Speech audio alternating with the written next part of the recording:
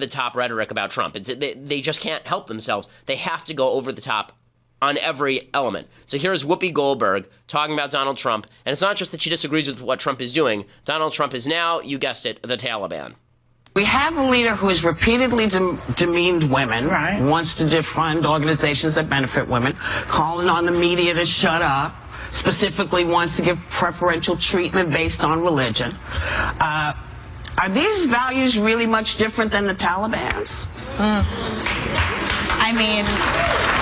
Yes, they are. It turns out that Donald Trump is not the Taliban. He's not in favor of honor killings. Donald Trump, in fact, it's to stop the Taliban from coming in the country that he's implementing some of these immigration policies. That is the basic idea behind all of this, and I'd be very surprised if in the future his immigration moratorium does not extend to Afghanistan. Okay, the fact is, Donald Trump's entire stated purpose with regard to stopping an influx of immigrants from countries like Yemen and Somalia is because he doesn't want the culture of certain areas of the world infiltrating. What he means by that is radical Islam.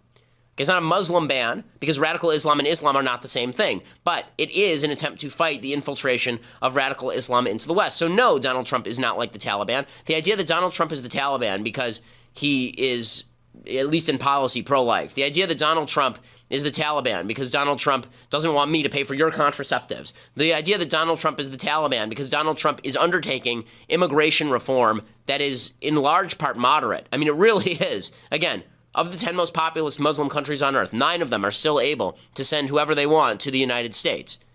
Citizens from those countries can enter. And there are going to be lots of exceptions to Donald Trump's new immigration policy.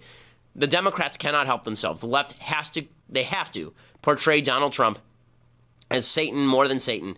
And there is something here that I think is kind of fascinating, and that is on both sides of the aisle, there's a tendency to attribute to the other side some sort of masterful genius. So on the left, instead of them just saying, Donald Trump, kind of incompetent, doing some things I don't like, meh, right? Which is, if you're a leftist, that's sort of what you would be saying if you're a relatively rational leftist at this point. Donald Trump is doing things I don't like, but man, he really doesn't even know what he's doing. I mean, this is pretty incompetent. That's what, if I were on the left, that's what I would be saying at this point. But instead of doing that, they have to attribute to Donald Trump satanic, all-knowing power.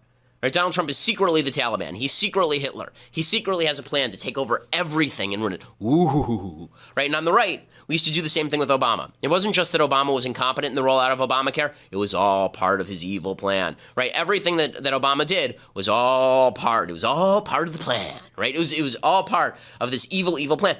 Here's the truth. Most of the people in government suck at their jobs because most people in America suck at their jobs. Most adults suck at everything. Okay, the great lie of being an adult is that other adults know what they're doing. They generally don't. We all sort of muddle through, and then we hope for the best. The same is true in government. Because we attribute this level of mastery to government, we think it matters so much who heads the government, and when someone we like is in charge, we want that person to have more power. Because after all, if he's our side, we think he's the master of the universe, right? So when Donald Trump botched this executive order rollout, he had people saying it's 4D chess. It's 4D chess. No, it's not 4D chess, okay? If it's 4D chess, it's the kind of 4D chess like in Star Wars where you don't play chess with the Wookiee because he gets mad and rips out your arms, right? It's not actually Donald Trump playing four-dimensional chess in time, right? That's not what's going on here. But because there are so many people who have a religious belief that our leaders know what they're doing, they say give them more power, they know what they're doing. It hasn't been true for 100 years. We've muddled through anyway, but it hasn't been true for 100 years. You want to actually have a better country?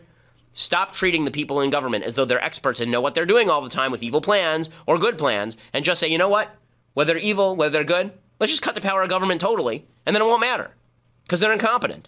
It won't matter if they're evil, won't matter if they're good, they can't do anything.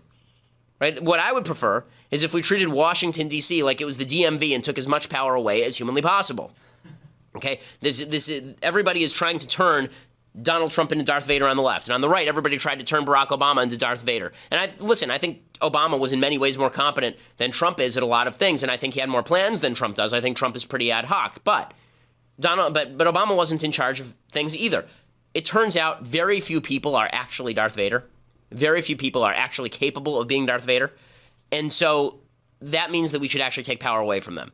And if you're really that worried about Darth Vader, by the way, on the left, if you're really that worried about Donald Trump being Darth Vader, how about this? Instead of him running the empire, let's downsize the empire so it's just the Mos Eisley DMV. And then you don't have to worry about it.